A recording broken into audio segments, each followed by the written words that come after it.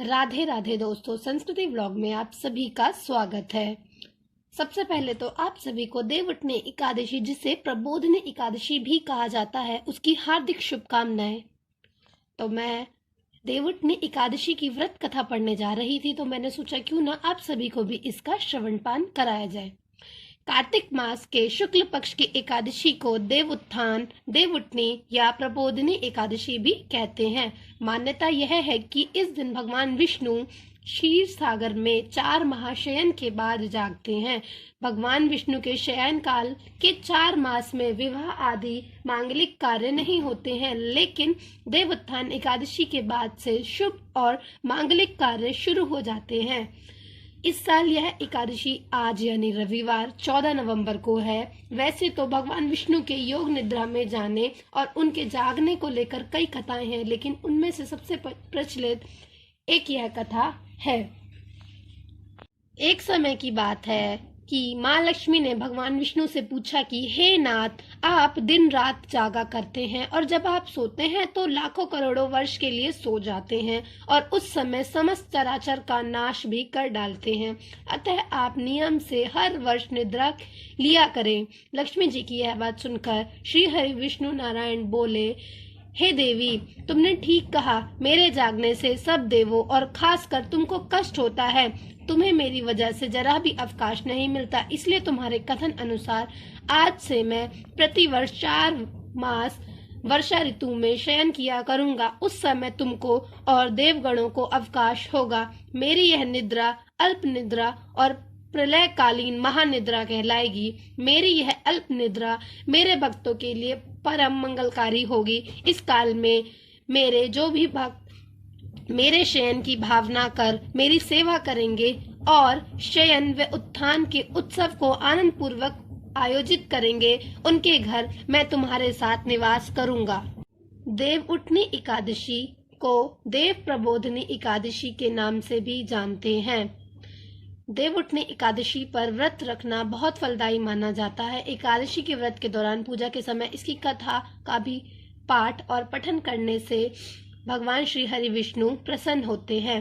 देवउठनी एकादशी की व्रत कथा। एक समय की बात है कि एक राजा था जिसके राज्य में प्रजा बहुत सुखी थी। उसके राज्य में एकादशी के दिन कोई भी अन्न नहीं बेचता था, ना ही कोई अन्न खाता था। केवल सभी लोग फलाहार किया करते थे। एक बार भगवान ने राजा की परीक्षा लेनी चाही और सुंदरी का रूप धारण कर सड़क किनारे बैठ गए। तभी राजा उधर से गुजरे और सुंदरी को देख चकित रह गए। उन्होंने सुंदरी से पूछा कि तुम कौन हो और इस तरह क्यों बैठी हो। तब सुंदरी के रूप में मौजूद भगवान ने कहा कि मैं निराश्रिता हूँ। इस नगर में मेरा कोई जानने पहचानने वाला नहीं है। मैं किससे सहायता मांगू। राजा उसके रूप पर मोहित हुआ और बोला कि तुम मेरे महल में चलकर मेरी रानी बनकर रह सकती हो।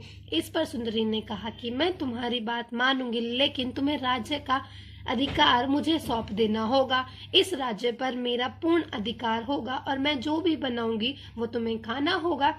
सुंदरी के रूप पर मोहित राजा ने कहा कि मुझे तुम्हारी शर्तें मंजूर हैं। दिन एकादशी का व्रत था, लेकिन रानी ने आदेश दिया कि बाजारों में अन्य दिनों की तरह अन्न बेचा जाए। इतना ही नहीं, घर में उसने मांस मछली आदि भी पकवाए और परोस कर राजा को खाने को कहा। यह देख राजा बोला, रानी आज एकादशी है, इसलिए मैं तो केवल फलाहार ही करूंगा।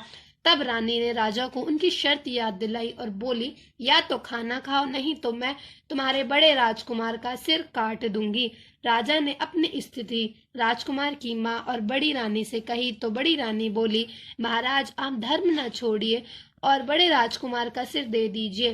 पुत्र तो फिर मिल जाएगा, लेकिन धर्म की हानि सही नहीं। इसी दौरान बड़ा राजकुमार खेल खेल कर आया और अपनी माँ की आंखों में आंसू देख उसने रोने का कारण पूछा। तब माँ ने उसे सारी बात कह दी। तो इस पर राजकुमार ने कहा कि मैं सिर देने के लिए तैयार हूँ, मेरे पिताजी के धर्म की रक्षा जरूर होनी चाहिए।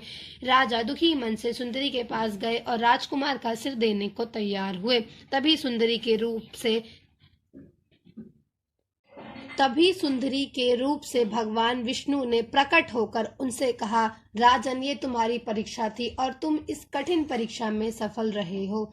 भगवान ने प्रसन्न मन से राजा से वरदान मांगने को कहा तो राजा ने कहा, आपका दिया सब कुछ है, बस हमारा उद्धार कीजिए। उसी समय वहां एक विमान उतरा और राजा अपने राज्य अपने राजकुमार को सौंप उस पर बैठ परम धाम को चले गए। इस तरह भगवान श्री कृष्ण ने कहा कि जो लोग परिवर्तनी एकादशी का व्रत रखते हैं और भगवान विष्णु की पूजा करते हैं, उनको उनके समस्त पापों से मुक्ति मिलती है। बोलिए श्री हरि विष्णु भगवान की जय। राधे राधे।